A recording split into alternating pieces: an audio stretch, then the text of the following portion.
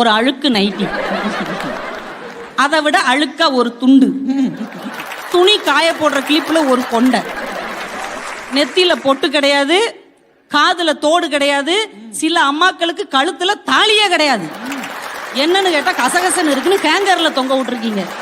நீங்க எல்லாம் அம்மாவா? நீங்க எல்லாம் அம்மாவே கிடையாது, நீங்க எல்லாம் சும்மா.